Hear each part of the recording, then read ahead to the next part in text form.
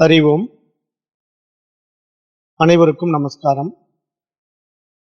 இப்போ நம்ம பார்த்துக்கிட்டு இருக்கிற வகுப்பு பஞ்சதசி. அதுல 6வது அத்தியாயம் சித்திர தீபம் பார்த்துட்டு இருக்கோம். இப்போ இதுல சுவாமி வித்யாரண்யர் நிறைய தரிசனங்களை பத்தி நமக்கு கடந்த முறை விளக்கம் கொடுத்தார். அதெல்லாம் நம்ம ஏற்கனவே பார்த்துட்டோம். என்னென்ன அப்படின்னா நியாயம், வைசேசிகம், சாங்கியம், யோகம், மீமாம்சை, அப்புறம் இறுதியா இப்ப நம்ம பார்க்கிற வேதாந்தம். இது மாதிரி ஒரு 6 தரிசனங்கள் இருக்கு. இது எல்லாமே நம்முடைய பாரத தேசத்துல தோன்றியது. இதுல நியாயம் அப்படிங்கிற ஒரு தரிசனத்துக்கு குரு யாரு அப்படின்னு கேட்டீங்கன்னா கௌதம ரிஷி. வைசேசிகம் அப்படிங்கிற ஒரு தரிசனத்துக்கு ரிஷி யாரு அப்படின்னு கேட்டீங்கன்னா கணாதர். சாங்கியம் அப்படிங்கிற ஒரு தரிசனத்துக்கு ரிஷி யாரு அப்படின்னு கேட்டீங்கன்னா கபிலர். யோகம் என்பதற்கு பதஞ்சலி. மீமாம்சை அப்படிங்கிற வரிசையில நமக்கு 2 மீமாம்சை இருக்கு. அதாவது பூர்வ மீமாம்சை ஜைமினி ரிஷி. அந்த மீமாம்சையே கொஞ்சம் மேம்படுத்தப்பட்டு உத்தர மீமாம்சை அப்படிங்கிற பெயர்ல அது வேதாந்தமா மாறிச்சு. வேதாந்தம் அத்வைத வேதாந்தமா மாறினதுக்கு பேரு பாதராயணர் அப்படின்னு பார்க்கிறோம். அவர்தான் வியாசர். இப்படிதான் இந்த 6 தரிசனங்கள் நம்முடைய பாரத தேசத்துல தோன்றியது. அதை பற்றி நமக்கு நிறைய விளக்கங்களை வித்யாரண்யர் கொடுத்தார் என்று நம்ம இந்த முன்னாடி வந்த செயல்கள்ல பார்த்துக்கிட்டு இருந்தோம். இப்ப இதை தவிர இந்த தரிசனங்கள்ல இப்ப வைதீக தரிசனமா நம்ம பார்க்கும்போது மீமாம்சை எல்லாம் இருக்கு. நம்முடைய வேதத்தை எடுத்துக்கொள்கின்ற தரிசனங்கள் தான் இந்த 6 தரிசனங்களும். இதை தவிர வேதத்தை எதிர்க்கின்ற தரிசனங்கள் இருக்கு. அது அவைதீக தரிசனங்கள் என்று சொல்வோம். வைதீக நெறிக்கு எதிரானது. அது சார்வாக்கம், ஆசீவகம் அப்படிங்கிற தரிசனமும் இருக்கு.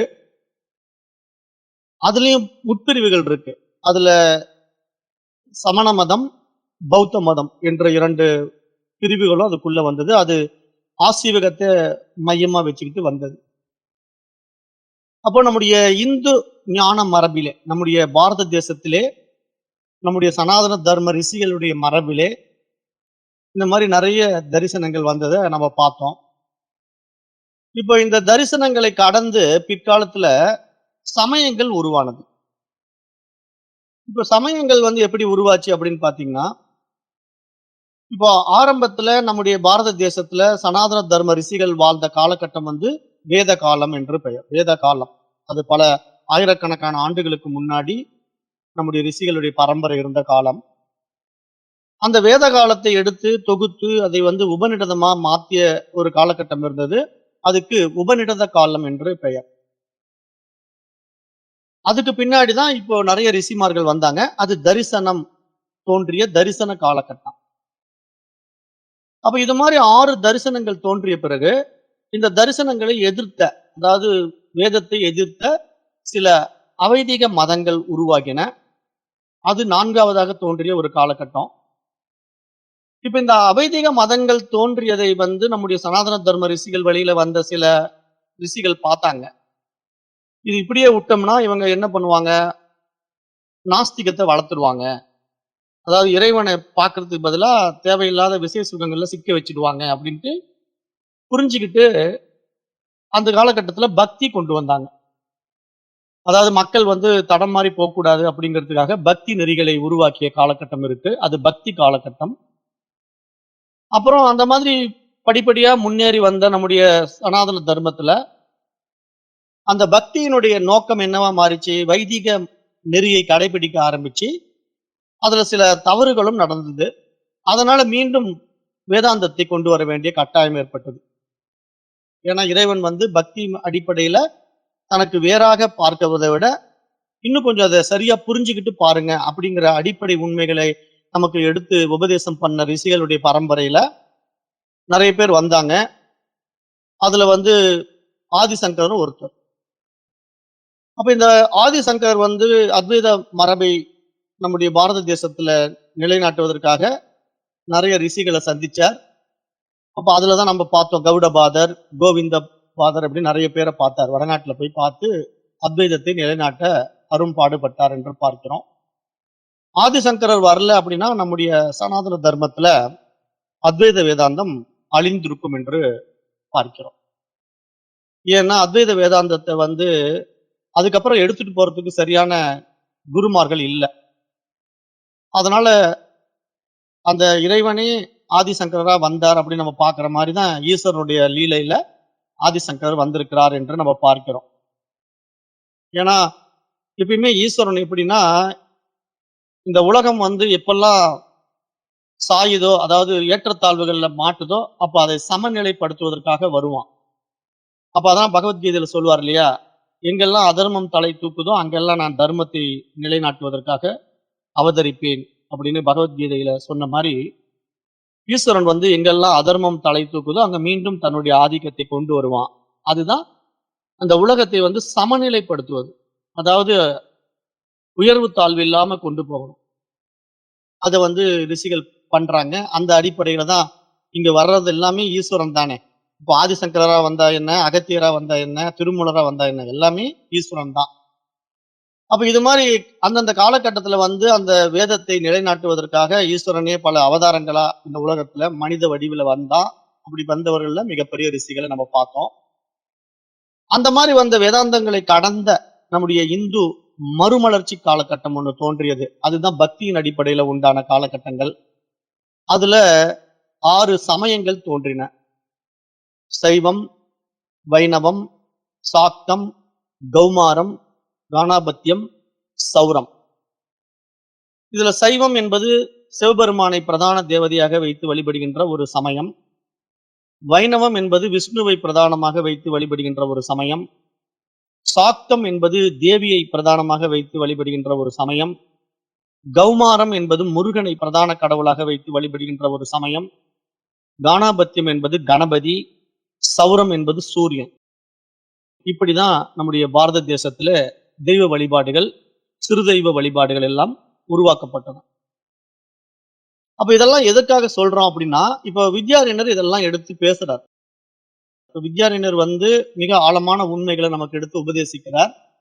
இப்ப அந்த அடிப்படையில இப்ப நம்ம கடந்த ஸ்லோகத்துல பூர்வ பட்சிகளுக்கும் இந்த வேதத்தின் அடிப்படையிலே இருக்கின்ற அந்த ஈஸ்வரனுக்குமான விளக்கங்களை சொல்லிக்கிட்டு வரும்போது அவங்க பல கேள்விகளை கேட்டு மடக்கிறாங்க இல்லையா. அப்போ பிரஜாபதியே ஈஸ்வரன் என்று அவர்கள் வாதிடுகின்றார்கள் என்று நம்ம கடந்த ஸ்லோகத்துல பார்த்தோம், 116வது ஸ்லோகத்துல. அப்ப இது ஏன் இங்க நான் இதெல்லாம் சொல்லிட்டு வரேன் அப்படின்னா, இப்ப இனிமேல் சமயங்களை அடிப்படையாக வைத்து வித்யாரண்யர் பேச போறார். இது வரைக்கும் தரிசனங்கள் அடிப்படையா வச்சு பேசினார் இல்லையா. இப்ப சமயங்களை அடிப்படையாக வச்சு பேச போறார். அப்ப நம்ம இந்த நூலை படிக்கும் போது நமக்கு தரிசனங்கள்னா என்னன்னு தெரிஞ்சுக்கணும், சமயங்கள்னா என்னன்னு தெரிஞ்சுக்கணும். தெரியாம நம்ம இதுல டிராவல் பண்ண முடியாது. அப்ப தரிசனங்கள் எப்படி நம்முடைய பாரத தேசத்துல கடந்து வந்திருக்குன்னு பாருங்க. எவ்வளவு தரிசனங்கள் வந்திருக்கு. அப்ப இந்த 6 தரிசனங்களை கடந்து சமயங்களும் வந்திருக்கு. அப்ப இதையெல்லாம் நம்ம ஆராய்ந்து பார்க்கிறதா நம்முடைய ஞானத்துக்கு வழிவகுக்கக்கூடிய விஷயமாக பார்க்கிறோம். இப்ப இதுல நீங்க பார்த்துக்கிட்டே வந்தீங்கன்னா எத்தனையோ தரிசனங்கள் தோன்றி இருக்கலாம். அது படிப்படியா மேல மீமாம்சையில பூர்வ மீமாம்சையில ஜைமினி மகரிஷியோட முடிவடையாம, பாதராயனர் என்ற வேத வியாசரால வேதங்களை தொகுத்து அதை முறையாக மக்களுக்கு கொடுக்கின்ற நல்வழியில நமக்கு வேதாந்தம் கிடைச்சது. வேதத்தினுடைய இறுதி பகுதியாக வேதாந்தம் கிடைச்சது. அப்ப இந்த வேதாந்தம் தான் இங்க வேதத்தின் முடிந்த முடிவு. இதுக்கு பிற்பாடு வேற எதையும் நாம் பார்க்க வேண்டியது இல்லை. ஏன் அப்படின்னா அதற்கு பிறகு எந்த மதங்களும் நம்முடைய பாரத தேசத்துல தோன்றவும் இல்லை. ஏன் தோன்ற இல்லை? அது ஆரம்பத்துல ரிஷிகள் என்ன கொடுத்தாங்களோ அதையே வேதவியாசர் என்ன பண்ணிட்டாருன்னா, பண்டைய ரிஷிகளினுடைய அந்த அத்வைத சித்தாந்தத்தை அப்படியே எடுத்து அத்வைத வேதாந்தமாக நமக்கு தொகுத்து கொடுத்து விட்டார் வேதவியாசர் என்று நம்ம பார்க்கிறோம். அப்போ இப்ப நீங்கெல்லாம் பல பாதைகளை பயணம் பண்ணிருக்கலாம். இப்போ ஆன்மீகம்ங்கிற அடிப்படை விஷயங்கள்ல நாம ஒவ்வொருத்தருமே ஒவ்வொரு தேடுதல்ல அலைஞ்சுக்கிட்டு இருந்திருப்போம். ஒவ்வொரு கோயில் கோயிலா சுத்தி இருப்போம், ஒவ்வொரு சித்தர் சமாதியா ஓடி இருப்போம், அப்புறம் ஒவ்வொரு சமயங்களை போய் பார்த்திருப்போம், தேவி வழிபாடு பண்ணியிருப்போம், விநாயகர் வழிபாடு பண்ணியிருப்போம், முருகனை வழிபட்டிருப்போம். அப்ப இதெல்லாம் என்ன ஏதுன்னு தெரியாமையே நம்ம கடவுள் வழிபாடுகள் எல்லாம் பண்ணிட்டு இருந்திருப்போம். ஆனா இப்போ அதையெல்லாம் நம்ம ஒரு கூட்டுத்தனமா செய்யாம நம்முடைய பகுத்தறிவை வச்சு விசாரணை பண்ணி விவேகத்தால இங்க கடவுள் யார், நான் யார், இந்த உலகம் எப்படிப்பட்டது அப்படின்னு ஒரு ஆராய்ச்சியை மேற்கொள்ளுகின்ற ஒரு விசார மார்க்கத்துல தான் நமக்கு விவேகம் விரிவடையுது. அதுலதான் இங்க இறைவன் யார் என்று நமக்கு புரிய வருது. அப்ப அந்த அடிப்படையில வித்யாரண்யரும் இதை ரொம்ப ஆழமா ஆராய்ந்திருக்கிறார் என்று நம்ம பார்க்கிறோம். இப்போ 117வது ஸ்லோகத்துல வித்யாரண்யர் என்ன சொல்றார் அப்படின்னு பார்க்கும்போது இன்னும் நமக்கு இதை சார்ந்த அறிவு விரிவாகுவதை கவனிக்க முடியும். இப்ப 117 விஷ்ணோர் நாபேகே சமுத்பூதோ வேதாகா கமல ஜஸ்ததா விஷ்ணு ரேவேச இத்யாகுர் லோகே பாகவதா ஜனாகா. இது ரொம்ப அருமையான ஸ்லோகம். என்ன சொல்றாருன்னா, பிரம்மதேவன் விஷ்ணுவின் நாபியில் தோன்றி தாமரையிலிருந்து பிறந்தவர். ஆகையால் விஷ்ணுவே பரம ஈஸ்வரன் என்று உலகத்தில் பாகவதர்கள் கூறுகின்றார்கள் என்று இங்க இன்னொரு சமயத்தைச் சேர்ந்த மனிதர்களை இங்கு நம்ம பார்க்கிறோம். அதாவது பாகவதர்கள் அப்படின்னா விஷ்ணு பக்தர்கள். அதாவது இவர்களெல்லாம் பிரதான தேவதையாக ஸ்ரீ விஷ்ணு மகாவிஷ்ணுவை தான் வழிபாடு பண்ணுவாங்க. இது சமயத்துல நம்ம பார்த்த விஷ்ணு வழிபாட்டு சமயம். அப்போ இங்க எப்படி சைவம் வைணவம் என்று பார்த்தோமோ அது மாதிரி இது வைணவ சமயத்துல பாகவதர்கள் வராங்க. இப்ப அவங்க எப்படி பாக்குறாங்க அப்படின்னா, இப்ப பிரம்மதேவனே யாருடைய பையன், மகாவிஷ்ணுவுடைய நாபிலிருந்து பிறந்திருக்கார். அதாவது மகாவிஷ்ணு தான் பிரம்மதேவரையே படைக்கிறார். அப்போ பிரம்மதேவன் எங்கிருந்து வராருன்னா, மகாவிஷ்ணு பார்க்கடல்ல பள்ளி கொண்டிருக்கும் போது அவருடைய தொப்புல இருந்து ஒரு தாமரை கொடி, தொப்புள் கொடியிலிருந்து நாமெல்லாம் பிறக்கிற மாதிரி பிரம்மதேவன் பிறக்கிறான் அப்படிங்கிற மாதிரி ஒரு ஐதீகம் கொண்டு வராங்க இல்லையா. இது வைணவத்துல வரக்கூடிய ஒரு வழிமுறை. அப்ப இதை ஏன் இங்க கொண்டு வராரு அப்படின்னா, இப்ப ஏற்கனவே ஒரு தர்க்கவாதி என்ன சொல்லிட்டு இருந்தான், அந்த நான்முக பிரம்மா தானே ஈஸ்வரன், நீங்க போய் புழு பூச்சி எல்லாம் ஈஸ்வரன் சொல்லிட்டு உட்காந்துருக்கீங்க அப்படின்னு நம்ம கிட்ட ஆர்குமெண்ட் பண்ணாங்க. நேற்றைய செயல்ல நம்ம அதை தான் பார்த்தோம். நேத்து நீங்க என்னங்க ஈஸ்வரன்கும் போது அது பிரம்மதேவன் தானே, நீங்க பிரம்மதேவனை விட்டுட்டு என்னங்க புழு பூச்சி எல்லாம் போய் ஈஸ்வரன் சொல்லிட்டு இருக்கீங்க அப்படின்னு சொல்லும் போது நம்ம அத்வைத வேதாந்தம் அதுக்கு என்ன மறுப்பு தெரிவிச்சது. நீ பிரம்மதேவனை எப்படி பாக்குற, நீ ஒரு உருவத்துல 4 முகம் இருக்கிற மாதிரி பாத்துட்டு இருக்க இல்லையா, நாம அப்படி பாக்குறது இல்லைன்ட்டு நம்ம விளக்கம் கொடுத்தோம். ஆனா ஒரு குரூப் அப்படி சொல்லிட்டு போன உடனே இன்னொரு குரூப் வருது இல்லையா. இந்த குரூப் என்ன சொல்லுதுன்னா, நாங்க இதை ஒத்துக்க மாட்டோம், அது எப்படிங்க பிரம்மதேவனே ஈஸ்வரனா இருக்க முடியும், வாய்ப்பே கிடையாது. ஏன்னா பிரம்மதேவனையே உருவாக்கியவர் மகாவிஷ்ணு இல்லையா. அப்ப எங்களுடைய கடவுள் தான் பெரிது. அப்ப இங்க பிரம்மாவே ஈஸ்வரன் என்று மற்றொரு சமய மரபினர் அதற்கு மறுப்பு தெரிவிக்கின்றனர். இவர்கள் என்ன கூறுகின்றார்கள் என்றால், பிரம்மாவே விஷ்ணுவிலிருந்து தோன்றியவர், ஆகவே விஷ்ணுவே பரம ஈஸ்வரன் என்று இவர்கள் சொல்கிறார்கள் என்று இந்த இடத்துல நம்ம பார்க்கிறோம். விஷ்ணோர் நாபே, அதாவது இது புராணங்களிலே மிகவும் பிரபலமான ஒரு வர்ணனை. அதாவது பரம விஷ்ணு யோக நித்ரையிலே பார்க்கடலிலே பாம்பனையிலே பள்ளி கொண்டிருக்கின்றார்.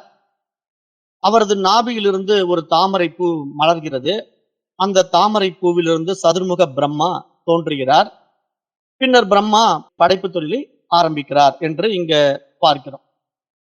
அப்ப இதன் மூலமாக படைப்பாளியான பிரம்மாவிற்கே ஒரு காரணம் இருக்கிறது என்பதை பாகவதர்கள் வலியுறுத்துகின்றார்கள் என்று நம்ம பார்க்கிறோம். அதுதான் இந்த ஸ்லோகத்துல சொல்றாரு, கமல ஜஹா. கமலம் என்றால் தாமரை, அந்த கமலத்திலிருந்து ஜஹானா பிறந்தவன். அப்ப கமல ஜஹா என்றால் தாமரையில் பிறந்தவன் என்ற பிரம்மாவின் ஒரு சிறப்பு பெயராகவே இதை பார்க்கிறோம். கமல ஜஹா அப்படின்னா பிரம்மதேவன் என்றுதான் பெயர். அப்ப பிரம்மதேவனையே படைத்தவர் யாரு, விஷ்ணு தானே. அப்ப விஷ்ணுதான் ஈஸ்வரன் அப்படிங்கிறது பாகவதர்களுடைய தர்க்கம். அப்ப பாகவதர்கள் தர்க்கம் மிகவும் எளிமையானது. காரணம் காரியத்தை விட உயர்ந்தது. ஆகவே பிரம்மா விஷ்ணுவிலிருந்து தோன்றினார், எனவே விஷ்ணுவே பரம காரணம், ஆகவே அவரே ஈஸ்வரன் என்று இங்க இன்னொரு சாரர் இப்படி ஒரு ஆர்குமெண்ட்டை முன்வைக்கிறார். அப்ப இங்க அத்வைதத்தினுடைய பார்வை பார்க்கணும் இல்லையா, நம்ம அத்வைத வேதாந்தம் என்ன சொல்றதுன்ட்டு. அப்ப இதை அத்வைத ஞானிகள்ல வித்யாரண்யர் எந்த மறுப்பும் சொல்றது இல்லை. ஏன் அப்படின்னா, இப்போ இந்த ஸ்லோகங்களை மட்டும்தான் இங்க எடுத்து கொடுத்துக்கிட்டு வரப்போறாரு வித்யாரண்யர். ஏன் மறுப்பு சொல்ல மாட்டேங்கிறாரு? முதல்ல அவர் எப்படி நமக்கு தரிசனங்களை ஒவ்வொன்னா அறிமுகப்படுத்திட்டு வந்தாரோ அது மாதிரி இங்க சமயங்களையும் இப்ப அறிமுகப்படுத்த போறாரு. அப்ப அதனால ஃபர்ஸ்ட் நீங்க சமயங்கள பூரா தெரிஞ்சுக்கங்க. அதுக்கப்புறம் நான் என்ன சொல்ல வரேன்னு புரிஞ்சுக்கங்க. அப்படிங்கிற டாபிக்ல தான் வித்யாரண்யர் பேசப் போறார். அப்ப வித்யாரண்யர் என்ன சொல்றாருன்னா, இன்னும் பல்வேறு சமயங்களின் கருத்துக்களை ஒன்றாக இங்கு சேகரித்துக் கொண்டிருக்கிறார் என்று நம்ம பார்க்கிறோம். அப்ப இங்க வித்யாரண்யர் காட்ட விரும்புகின்ற விசேஷம் என்ன அப்படின்னா, ஒருவர் பிரம்மாவை ஈஸ்வரன் என்கிறார்கள். மற்றொருவர் விஷ்ணுவை ஈஸ்வரன் என்று சொல்கிறார்கள். அப்போ இது மாதிரி வேறு வேறு தெய்வத்தை பரம ஈஸ்வரன் என்று இவர்கள் கூறுகிறார்கள். இந்த பல்வேறு கருத்துக்களுக்கு அப்பாற்பட்ட அத்வைத சமன்வயம் அது பின்னாடி நமக்கு நிலைநாட்டப்படும். ஏன்னா நாம தான் ஏற்கனவே சொல்லிட்டேன்ல, நான் உங்களுக்கு என்ன சொன்னேன்? அதாவது சமயங்கள் ஒரு பக்கம் இருக்கட்டும், தரிசனங்கள் ஒரு பக்கம் இருக்கட்டும். ஆனா இதெல்லாம் தோன்றி ஒவ்வொன்னா வந்து கடைசியில ஒரு முடிவுக்கு வரும்போது, இறுதியாக நமக்கு எது முடிந்த முடிவாக பார்க்கப்பட்டதுன்னு பார்க்கும்போது அத்வைதம் தான் நிலைநாட்டப்பட்டது. அப்ப அந்த அத்வைதத்தினுடைய சமன்வயம் பின்னாடி நிலைநாட்டப்படும். இப்ப இதுக்கெல்லாம் எப்படி உதாரணம் சொல்லலாம் அப்படின்னா, இப்ப ஒரு பெரிய நிறுவனம் இருக்கு. மிகப்பெரிய ஒரு கார்ப்பரேட் கம்பெனி இருக்கு. அந்த கார்ப்பரேட் கம்பெனில ஒரு மேனேஜர் இருக்காருன்னா, பெரும்பாலானவங்க என்ன சொல்லுவாங்க? அந்த மேனேஜர் இருந்தா தாங்க அந்த கம்பெனியே இயங்கும். ஏன்னா மேனேஜர் தானே மேற்பார்வையாளர், மேலாளர். அப்ப அவர் இருந்தா தான் அந்த கம்பெனி ரன் பண்ண முடியும்னு ஒருத்தன் சொல்லுவான். இன்னொருத்தன், ஏங்க போய் மேனேஜர் மேனேஜர்ன்னு இருக்கீங்க? மேனேஜரையே இயக்குகின்ற டைரக்டர் இருக்காருங்க. அப்ப டைரக்டர்ஸ் இல்லாம எங்கிருந்து மேனேஜர் வருவாரு? அப்ப மேனேஜருக்கு மேல அந்த கார்ப்பரேட் கம்பெனியுடைய டைரக்டர்ஸ் இருக்காங்க பாருங்க. அவங்க தாங்க பவர்ஃபுல்லா இருப்பாங்க. அவங்க தான் இந்த கம்பெனி இயக்குவாங்க. அதனால அவங்க தான் முக்கியம் அப்படின்னு சொல்லி ஒரு சாரர் சொல்லுவாங்க. அப்ப இவங்க 2 பேருமே 2 வித பார்வையில பார்க்கறாங்கல்ல. ஒருத்தர் மேனேஜர் உயர்ந்தவராரு, இன்னொருத்தர் டைரக்டர் உயர்ந்தவர்ங்கிறாரு. ஆனா இதுக்கு எல்லாம் மேல அந்த கம்பெனியே ஒருத்தர் உரிமையாளர் இருப்பார்ல. அந்த கம்பெனிக்கே ஒரு ஓனர் இருப்பாரு. அப்ப அவர்தான் இவங்களுக்கு எல்லாரையும் விட பெருசு. ஏன்னா ஒரு நிறுவனம் தொடங்குறது யாரு? ஒரு ஓனர் இருந்தாரு. அவர்தான் முதலீடு போட்டாரு. பல கோடிகள்ல முதலீடு போட்டு ஒரு கம்பெனி ஆரம்பிச்சாரு. அந்த கம்பெனிய இயக்குவதற்கான டைரக்டர்ஸ் அவர்தான் அப்பாயின்ட்மென்ட் பண்றாரு. அந்த டைரக்டர்ஸ்க்கு கீழ மேனேஜரையும் அவர்தான் அப்பாயின்ட்மென்ட் பண்றாரு. அது மாதிரி இங்க அந்த உரிமையாளர்ன்னு ஒண்ணு எடுத்துக்கிறோம் இல்லையா? அதாவது அவரு இல்லாம இங்க டைரக்டரும் கிடையாது, மேனேஜரும் கிடையாது. அது மாதிரி இங்க அத்வைதம் இல்லாம எந்த தரிசனங்களும் கிடையாது, எந்த சமயங்களும் கிடையாது. ஏன்னா அத்வைதம் தான் ஆதி நிலை. இந்த பிரபஞ்சம் தோன்றுவதற்கு காரணமாக எது இருக்குதுங்கிறத கண்டுபிடிச்ச ஒரே நிலை அத்வைதம் தான். அதுதான் பண்டைய ரிஷிகளுடைய உண்மையான புரிதல். அததான் இப்ப நம்ம அப்படியே நாளடைவுல அது கொஞ்சம் கொஞ்சமா மாற்றத்துக்கு உட்பட்டு, அப்புறம் அது வேதாந்தத்துக்கு வேதாந்தத்திலிருந்து திருப்பி பக்திக்கு போய் மீண்டும் வேதாந்தத்துக்குள்ள வந்தது. ஆனா பக்தியில போகும்போது கூட வேதாந்தம் அந்நியம் இல்லாத பக்தியை தான் கொடுத்தது. ஆனா எல்லாத்துலயுமே குளறுபடி பண்றதுக்கு ஒரு கூட்டம் இருக்கும் இல்லையா? எப்பயுமே ஒரு நல்லதுன்னா ஒரு கெட்டதுக்கு பண்றதுக்கு வருவாங்க. அது எல்லா காலகட்டத்திலும் இருப்பாங்கல்ல. அப்படிதான் சிலர் அத கெடுத்தாங்க. ஆனா இங்க அத்வைதம் அழகா அத நிலைநாட்டுறத நம்ம பின்னாடி பார்க்க போறோம். அப்ப அதனால இங்க அத்வைதத்துக்கு மூலமா இங்க பிரம்மா வரலாம், விஷ்ணு வரலாம். ஆனா இவங்க எல்லாம் வியாவகாரிக நிலைகளை உடையவர்களாகத்தான் இருக்கிறார்களே தவிர, நம்முடைய வியாவகாரிக சத்தியத்திலே தான் பிரம்மா, விஷ்ணு எல்லாம் வர்றாங்களே தவிர, பாரமார்த்திக சத்தியத்திலே பரபிரம்மத்தை நோக்கி செல்வதுதான் முடிந்த முடிவு என்பதை அத்வைதம் தான் நிலைநாட்டுகிறது என்று பார்க்க முடிகிறது. இருந்தாலும் இந்த ஸ்லோகத்துல இப்போ பாகவதர்களுடைய வழியில வைணவ சித்தாந்தத்தின் அடிப்படையில மகாவிஷ்ணுவே ஈஸ்வரன் என்பதாக ஒரு சாரர் பார்க்கிறார்கள் என்று நம்ம பார்க்கிறோம். அப்ப இந்த இடத்துல நம்ம என்ன புரிஞ்சுக்கணும்? இந்த ஸ்லோகம் நமக்கு ஒரு அழகான பாடத்தை கற்றுத்தருகிறது என்று பார்க்கிறோம். எப்படி பார்க்கலாம் அப்படின்னா, இப்ப பல்வேறு மரபுகள் தோன்றியது நம்ம பாரத தேசத்துல. அவரவர்கள் தங்களுக்கு இஷ்ட தெய்வத்தை உயர்ந்ததாக கருதுகின்றனர். அது ஒரு இயல்பான பக்தியாக இருந்தாலும், இங்கு ஒரு வேதாந்த சாதகன் அந்த பக்தியை மதித்தபடியே அதன் பின்னால் இருக்கின்ற ஒரு பரம்பொருளை தேட வேண்டும் என்பதுதான் இங்க அத்வைதத்தின் ஆழமான புரிதல். ஏன்னா நான் ஏற்கனவே சொன்னேன், அத்வைத வேதாந்தம் எல்லோரையும் அரவணைக்கக்கூடிய ஒரு வழி. ஏன் அப்படி அரவணைக்குது அப்படின்னு கேட்டீங்கன்னா, அதுதானே எல்லாமா இருக்குது. இப்போ துவைதிகள் வேணா நீ வேற நான் வேறன்னு சண்டை போட்டுக்கலாம். அப்புறம் என்னது உயர்ந்தது உன்னது உயர்ந்ததுன்னு ஆர்குமெண்ட் பண்ணலாம். ஆனா அத்வைதம் என்ன சொல்ல வருது? இருப்பது ஒன்றே அப்படிங்கிற ஒரு மிகப்பெரிய விஷயத்தை சொல்லுது இல்லையா? அப்ப இருப்பது ஒன்றேன்னு சொல்லும் போது அந்த ஒரு விஷயத்துக்கு எதிரா இங்க உலகத்துல எதுவுமே இல்லையே. அப்படி இருந்தால் அது யாருக்கு வேறாக இருக்க முடியும்? யாருக்கு வேறாக இருக்க முடியாது. அந்த ஒன்று என்று சொல்லுவதற்கு உள்ளதான் அதெல்லாம் இருக்க முடியும். அப்ப அப்படிப்பட்ட விஷயத்தை புரிந்து கொண்ட அத்வைதம் வந்து இங்கு யாரையும் அவமதிப்பது கிடையாது. எந்த சமயங்களையும், எந்த மதங்களையும் தூற்றுவதும் கிடையாது, போற்றுவதும் கிடையாது. சம தரிசனகா. எல்லாவற்றையும் சமமாக பார்ப்பார்கள். அப்ப இங்க இந்த இடத்துல இந்த ஸ்லோகத்த நம்ம எப்படி பார்க்கிறோம்னா, பாகவதர்கள் வந்து பிரம்மாவே வந்து விஷ்ணுவிலிருந்து வந்ததுனால, விஷ்ணு தான் இங்கு பரம ஈஸ்வரன் என்று கூறுகின்றனர். மேலும் அவர்கள் வந்து காரண காரிய தர்க்கத்தை அடிப்படையாக கொண்டு அதை தன்னுடைய சமயத்தை நிலைநாட்ட பாடுபடுகின்றார்கள் என்று பார்க்கிறோம். வித்யாரண்யரும் இங்க இந்த கருத்தை நமக்கு பதிவு செய்கிறார் அப்படிங்கிறதையும் நம்ம இங்க பார்க்கணும். ஏன்னா, வித்யாரண்யர் வந்து அதை இறுதி சித்தாந்தமாக இங்க நிறுவல. இப்ப வித்யாரண்யர் வந்து சொன்னாரா? இல்லைங்க அவருக்கு விஷ்ணு தான் இங்க முடிந்த முடிவுன்னு சொன்னாரான்னா, இல்ல. பல்வேறு சமயங்களின் கருத்துக்களை ஒப்பிட்டு பார்த்த பின்புதான், அத்வைத வேதாந்தம் அவற்றை ஒருங்கிணைக்கிறது என்பது உங்களுக்கு புரிய வைக்க முடியும் என்பதை இங்கு வித்யாரண்யர் விரும்புகிறார் என்று நம்ம பார்க்கிறோம். ஏன்னா, இங்க இந்த ஸ்லோகம் வந்து குறிப்பாக பாகவத புராணம் நீங்க கேட்டிருப்பீங்க. இப்ப பாகவத புராணம் வந்து நம்ம ஏற்கனவே நம்முடைய சேனல்ல போட்டுட்டு இருக்கோம். பாகவதம்னு ஒரு சேனல் இருக்கு. உங்களுக்கு அதுல வந்து சுவாமி பரம சுகானந்தாவுடைய ஸ்பீச் இருக்கும். இப்ப நீங்க இதுக்கு முன்னாடி பாகவதர்லாம் வந்து இந்த பௌராணிகள் பேசும்போது பக்தியின் அடிப்படையில மகாவிஷ்ணுவே பிரதான தேவதையா வச்சு பேசிக்கிட்டே போவாங்க. ஆனா இங்க வந்து நம்முடைய அத்வைத வேதாந்தத்துல பாகவத புராணம் என்ன சொல்லுதுங்கிறத இங்க சுவாமி பரம சுகானந்தாவுடைய ஸ்பீச் கேட்டீங்கன்னா ரொம்ப எக்ஸலண்டா இருக்கும். சான்ஸ்கிரிட் பேஸ்டு தெளிவான விளக்கம், அருமையான யதார்த்தமான பேச்சு. அதாவது இன்றைய நடைமுறையோட ஒப்பிட்டு பேசுவார். நேரம் கிடைச்சா கேளுங்க. பெரிய டாபிக் போயிட்டு இருக்கோம். இப்போ 124வது 125வது கிளாஸ் போயிட்டு இருக்காது. அது நேரம் கிடைச்சா கேளுங்க. அது எதுக்காக சொல்றேன்னா, இதெல்லாம் வந்து புராணத்தினுடைய பின்னணி. அதாவது பாகவத புராணம் அப்படின்னு ஒரு புராணம் இருக்கு இல்லையா? 18 புராணங்கள் இருக்கு.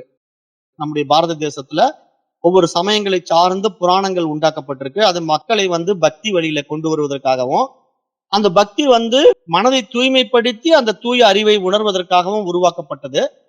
அதுல பாகவத புராணம், விஷ்ணு புராணம் ஆகியவற்றில பிரம்மாவின் தோற்ற வர்ணனை வந்து பார்க்கப்படுகிறது. அப்ப இங்க அந்த அடிப்படையில அவங்க மேற்கோள் காட்டுகின்ற மந்திரம் என்ன அப்படின்னு பாத்தீங்கன்னா, நாராயணாத் பிரம்மா ஜாயதே. நாராயணனிடமிருந்து பிரம்மா தோன்றுகிறார் அப்படிங்கிற ஒரு அடிப்படை விஷயத்தை வைத்துக்கொண்டு, என்னுடைய சமயம் மட்டுமே, என்னுடைய வைணவ சமயம் மட்டுமே உண்மை என்பதை ஒரு குறுகிய மனப்பான்மையில் இருந்து கொண்டு வைணவர்கள் பேசுகிறார்கள் என்பதை நம்ம பார்க்க முடிகிறது என்று இங்க சுட்டி காட்டுறார். ஏன்னா அவர்கள் வந்து ஆர்குமெண்ட் என்ன பண்றாங்க? விஷ்ணுவே பரம ஈஸ்வரன் என்று ஆர்குமெண்ட் பண்றாங்க. அப்ப வித்யாரண்யர் வந்து அத்வைத சித்தாந்தத்தை அவர்களுக்கு இப்ப சொல்லல. ஏன்னா பல்வேறு சமய மரபுகள் தங்கள் இஷ்ட தெய்வத்தை எவ்வாறு பரமனாக நிறுவுகின்றன என்பதை வரலாற்று மற்றும் தத்துவ ரீதியாகவே நமக்கு எடுத்து காட்டுகிறார் என்பதை நம்ம பார்த்துட்டு இருக்கோம். ஏன்னா இப்ப நம்ம பார்த்துட்டு இருக்கிற டாபிக்ஸ் தான் உங்களுக்கு ஆல்ரெடி இந்த கிளாஸ் ஸ்டார்ட் பண்ணும்போது ஒரு இன்ட்ரடக்ஷன் கொடுத்துட்டேன். ஃபர்ஸ்ட் தரிசனங்கள், இப்ப சமயங்கள். இப்ப அடுத்தது ஸ்லோகம் 118ல என்ன சொல்றாருன்னு பார்ப்போம். சிவஸ்ய பாதவன்வேஷ்டும் சார்ங்கிய சக்தஸ்த சிவஹ ஈசோ ந விஷ்ணுரித்யாஹு சைவ ஆகம மானினஹ. இதுல என்ன சொல்றாருன்னா இந்த ஸ்லோகத்துல சார்ங்க வில்லை தாங்கிய விஷ்ணுவால், சார்ங்க வில் அப்படின்னா அதுக்கு ஒரு அந்த வில்லுக்கு ஒரு பேர் வச்சிருக்காங்க. சாரங்கபாணின்லாம் பேர் இருக்கு இல்லையா? விஷ்ணுவுக்கு வந்து பெருமாளுக்கு வந்து சாரங்கபாணின்னு பேரு. சாரங்கபாணின்னா அதாவது அந்த வில்லை கையில் ஏந்தியவர் என்று அர்த்தம். அதை நம்ம அப்படிதான் இங்க தமிழ் மொழியில ப்ரொனவுன்சியேஷன் பண்ணும்போது நம்ம கொஞ்சம் இப்படிதான் சாரங்கபாணின்னு தான் பேசுவோம். ஆனா அது நம்முடைய தமிழ் மொழியில இருக்கிற அந்த பா பா இதெல்லாம் வந்து எனக்கே மாறி மாறி தான் வரும்.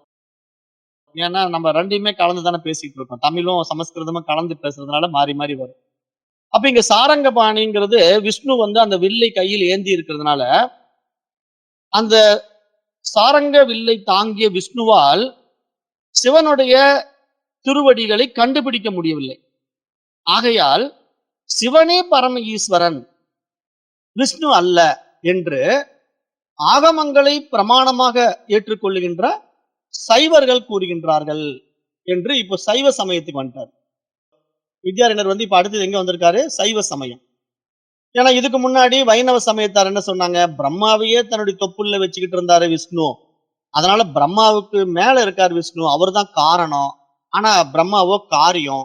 அவரிடத்துல இருந்து தானே பிரம்மதேவனே வந்தான். ஆகவே விஷ்ணு தான் ஈஸ்வரன் என்று வைணவ சித்தாந்தத்தின் அடிப்படையில அவர்கள் ஆர்குமெண்ட் பண்ணாங்க. இப்ப என்ன பண்ணிட்டாங்க, சைவர்கள் வந்துட்டாங்க. சைவர்கள் என்ன பண்ணிட்டாங்கன்னா, அடிமுடி காணா அண்ணாமலை அப்படிங்கிற ஒரு கதை நீங்க எல்லாம் கேள்விப்பட்டிருப்பீங்க.